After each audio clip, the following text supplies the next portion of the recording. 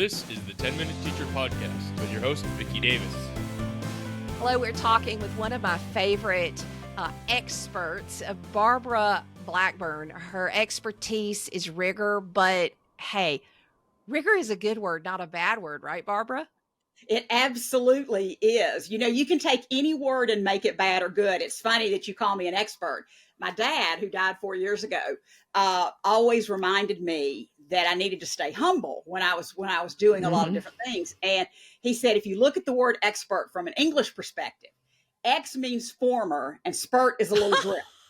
Oh, former drip. Oh my goodness. Well, your 30 books and all of the work you've done, it makes you more than a former little drip, but I do think your dad is funny. I'll have to remember that one.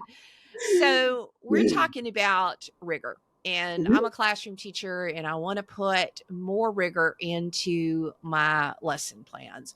Okay. What does that mean? Does that mean a more detailed lesson plan? What does putting more rigor, when you're consulting and working with teachers and saying, hey, let's reach every child, let's make this rigorous for every child, what does that, I think you have a rigor rubric, right? What does that rigor rubric look like, and how do you help me teach in a more rigorous way?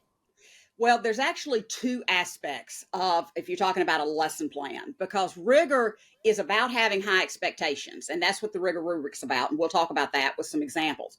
But the higher your expectations in a true rigorous classroom, the higher the level of support.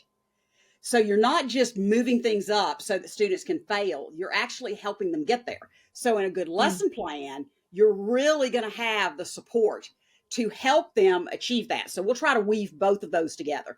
So let's start with math, because math is one of those subjects that people say, okay, it's already rigorous, students don't understand it, or I need to just add some more problems, or, oh, I know what'll make it more rigorous. I will do a word problem.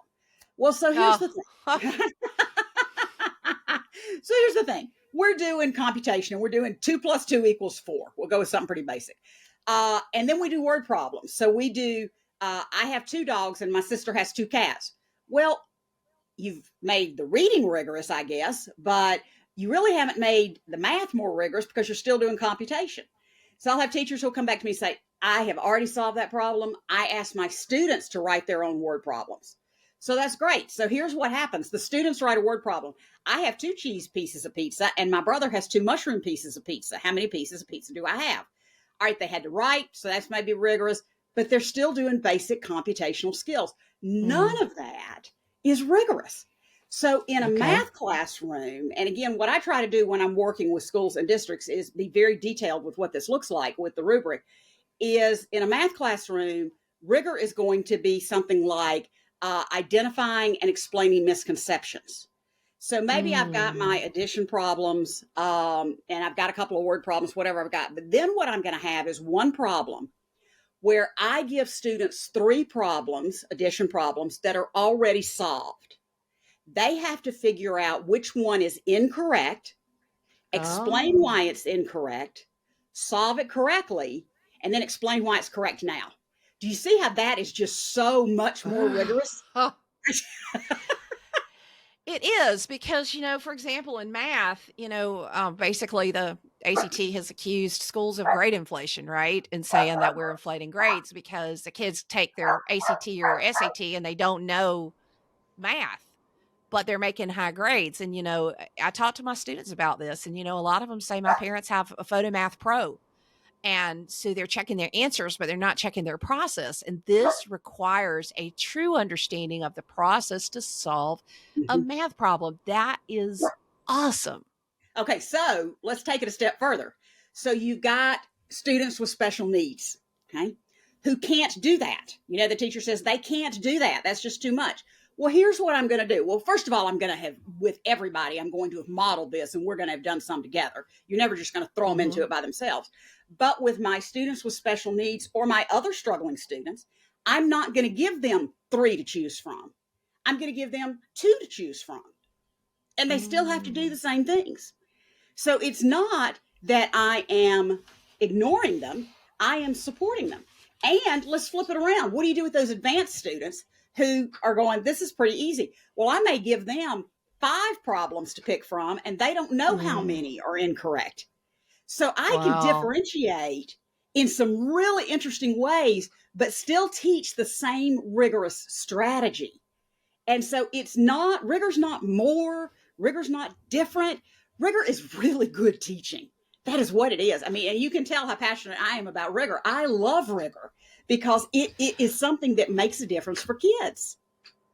It does. And, as we're talking about this, one of the things as I work with schools about artificial intelligence that I talk to them about is how can we bring the process of what you're trying to teach to the forefront? Because when we overemphasize on the product and we let kids just do it on their own, AI can get them the product, but it can't teach them the process necessarily. That has to happen through productive struggle and through, there's just a lot of things that help that happen. And this is helping bring that focus back on the process. I love this. Now, what would this look like in a literature or writing class? Okay, I'm so glad you asked that because that was going to be my next example. So in a literature class, typically what we do is we have them read something, whether it's text, a short story, a novel, whatever, and we have them answer questions. And to make it more rigorous, we write higher order questions.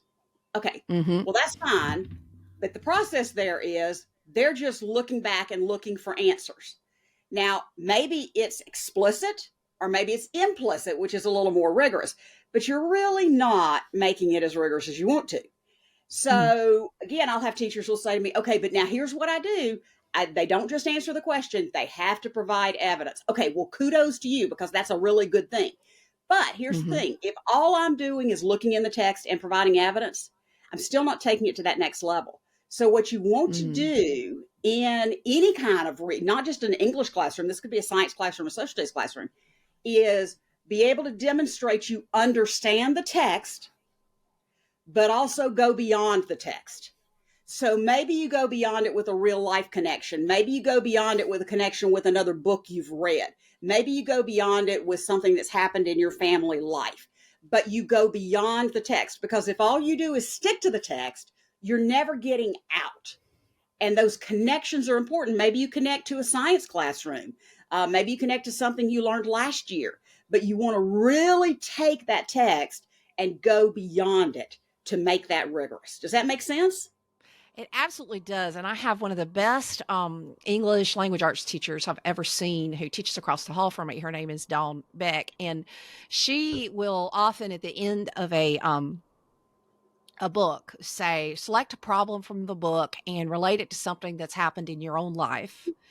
And that would be the topic of what they would be writing, which honestly, a lot of this has happened as a result of artificial intelligence because artificial intelligence can't write a paper relating to your life. Right. Like you could really work forever on a prompt, but by then you've written a paper, right? So, Right. but relating it to a person's life, and then also she would have them relate it to other books they'd read. So they're having to, on multiple fronts, relate and show comprehension of what had happened in multiple books. And, but you're saying that approach improves the rigor and demonstrates that they understand the text. Yes, particularly when they have the evidence with it.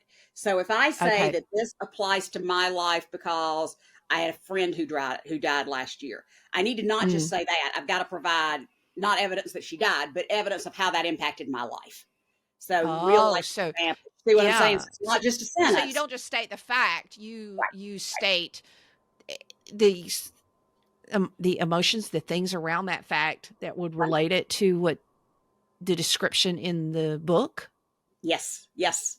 It can It's be fascinating. emotions. It can be facts. It can be feelings. It can be Mm, specific actions. And going back to what do you do about the students who you're sitting there going, I've got students who couldn't do this. Well, a graphic organizer is my friend here, so I'm going to give them a mm. graphic organizer that they've got spaces to write emotions, to write facts, to write the different things, so they've got something to pull from before they actually try to write their paragraph or essay. Because if I Yeah. can structure for them what that needs to look like, they can download it out of their brain. But if I just say write the essay, they've got a blank sheet of paper, that's just too much. Yeah, that pre-writing is such an important part. And another thing Dawn does, it sounds like we need to pull Dawn into this conversation, is she actually has like a board, a Post-it note where they're like, brainstorming, Mm-hmm. and then they move to outlining, and then they move to first draft, and they're actually moving that little, and they're doing it in class so that she's seeing the writing process. Because again, folks who are just having kids write at home for 7 days and bring in the essay, on many levels, we're missing out on instructional opportunities. Oh, yeah. I mean, I did that when I was teaching at the university level. I taught mainly graduate students, teachers coming back to get a master's degree. And they wrote a research synthesis paper that was very high level. It very much prepared them for doctoral level work. It was something they'd never written before. And with them, okay, teachers, with them, we chunked it. They would have to come in with their Mm, topic, and we would talk about the topics and everything. And then they would have to come in another night with what they thought their subheadings were going to be after they had pulled together their mm, articles.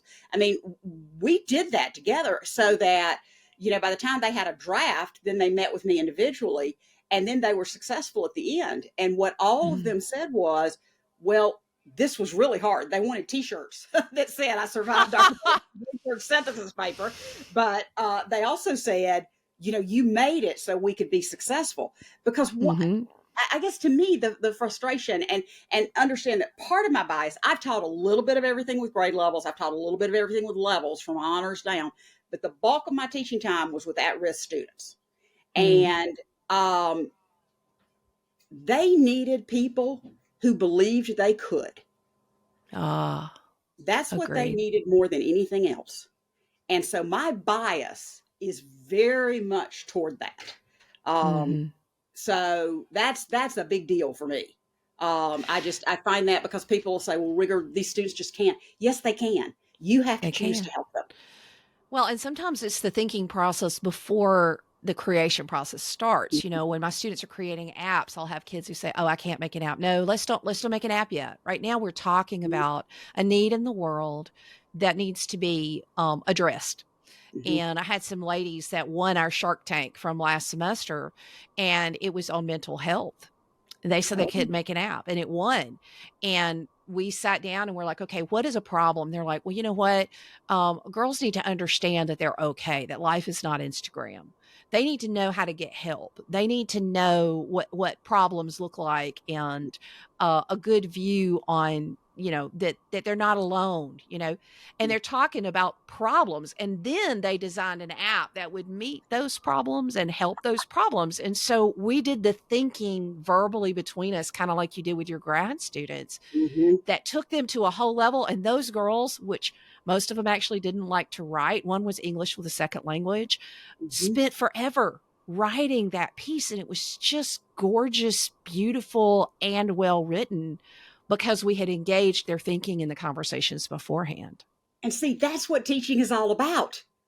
Hmm. Sometimes I think that we've gotten so busy. I don't think it's teachers' faults. Okay. I think that the system, we've gotten so focused with testing and so busy and trying to deal with the whole COVID and the recovery from that, and just having too many kids sometimes and everything else. We get so busy with that, we miss those moments that are Mm. really important.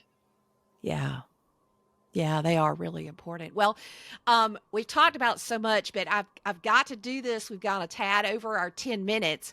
Do you have something quick for our science teachers and history teachers so they're not left out? Oh, yeah. Okay. History teachers looking at changes over people, places, and time. That's sort of the strategy Mm. to look at. So really looking at over time. Make sure you're going beyond the text. Make sure you're doing evidence. Things like maybe you look at something in history, but you also are applying it to what would happen in today's world with that. Oh, there's just so many good examples. Science, biggest thing in science, we have them do all kinds of experiments. And in science, if you want to up the rigor, they need to, and you can do this in a class discussion, you need to come up with topics, and students need to, and this can be in groups, come up with their own research questions, and they have to design their own experiments. Instead of us giving them an Mm. experiment, they design their own. And then they write up their conclusion with evidence from the data and what they learned from the research. So those are two really quick ones. Wow, and you have so many books that can help us on this topic. Barbara Blackburn, you always teach me so much. You're one of those podcasts that I actually re-listen to my own podcast with you on them, and I will link in the show notes to when I've had you on before, because I always learn so many practical things. And that's just something in these days for me as a classroom teacher, is just focusing on the practical, what it really looks like in today's world, because so many things have changed so rapidly that we've got to get to where we're just focusing on excellent teaching and really bringing that process back into the classroom, where we are talking about what we're trying to teach and we're focusing on the process. So thank you, Barbara Blackburn, for coming on the 10-Minute Teacher. You are welcome. And I know you're going to put my website address on there, which has got over 100 free resources for people. So lots of stuff on the website. Awesome. Awesome. Thank you. Thank you. You've been listening to the 10-Minute Teacher Podcast. If you want more content from Vicki Davis, you can find her on Facebook, x.com, TikTok, Threads, Instagram, Blue Sky, and YouTube at Cool Cat Teacher. Thank you for listening.